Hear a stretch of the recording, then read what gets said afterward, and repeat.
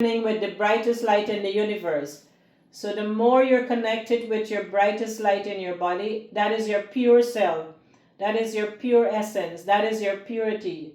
The more you subtract negativity and come back to the purity of your body, the more distillation happens in your life.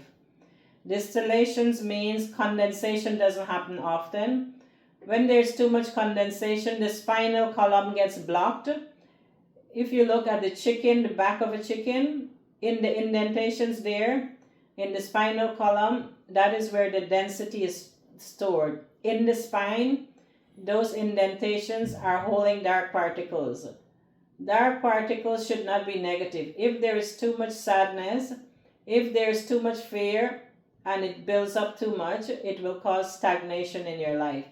Fear, shame, and sadness cause you to feel unworthiness, cause you to feel guilt, cause you to feel pain. Too much stagnation in these areas would cause you to feel like your purpose in life is not going to happen. So to simplify it, we should not judge. It's difficult not to judge others. So when you look at me, if you feel like I'm not judging you at all. I'm not even looking at you so much, but I'm trying to get this message across clearly.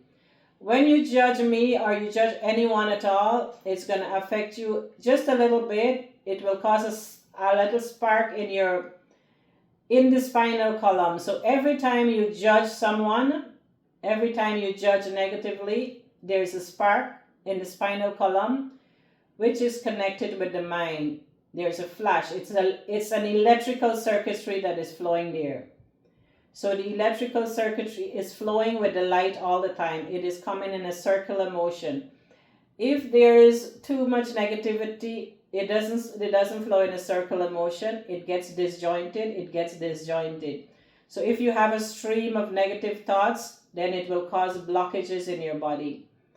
If it's too many times that you have a stream of negative thoughts, if you have feelings of extreme sadness, if you have feelings of shame, if you have feelings of guilt that lingers too long, it would affect the essence of your body. It would cause you to feel pain somewhere.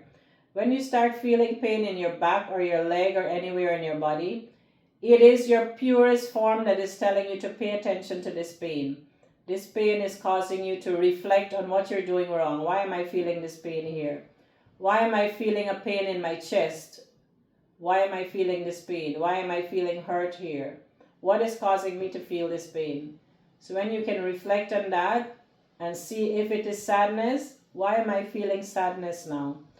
What can I do about this sadness? Is it someone that I'm hurting, or is it someone that is hurting me? If it is someone that you're hurting that caused you to feel sadness, reflect on it, you reflect on your own guidance, and you ask for forgiveness that you hurt someone. You cause yourself to feel a certain feeling of enveloping love when you do that. You feel love for yourself.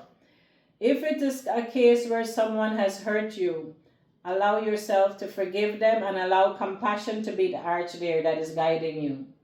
A lot of times we feel uncomfortable sometimes when we have relatives judging us.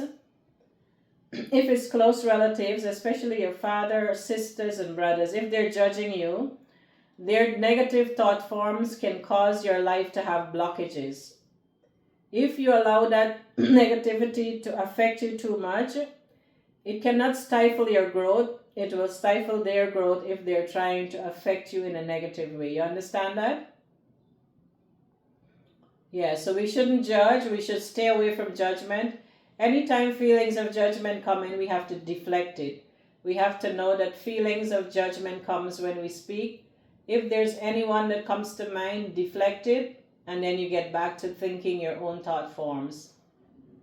Thought forms that are pure in essence is coming from the enlightened ones that were there before you. So that is where the goodness is. The enlightened ones that are there before you, they're more powerful in their guidance. So Amit, your mother is not an enlightened one. She can guide you in the best way, but those that are before her that were enlightened before, they're the ones that are guiding you, right? Right. The same goes for Mrs. Sharma and for Banu Priya, it's the same thing. It's the same thing. It's the same thing that is guiding you. It is the genetic code that is linked to the ancestral lineage. So we cannot separate ourselves from our genetic code that we are born with. Some people call it the DNA code, but it's the genetic codes. It is mathematics, it is science. Our genetic code is mathematics and science. It is formulas in the universe. Everything in the universe is mathematical formulas. So when you have the distinction of understanding the formulas, it is the way the body is working, but in a more pure way, right? So I would allow you to ask some questions again, and I would relax for a bit, and you can think about what I say, and you can come up with any question that you have for me, and we would give thanks.